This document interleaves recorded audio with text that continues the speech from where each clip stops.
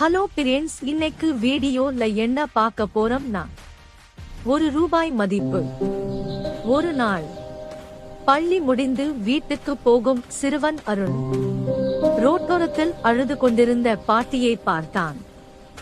என்னாச்சின்னு கேட்டான்.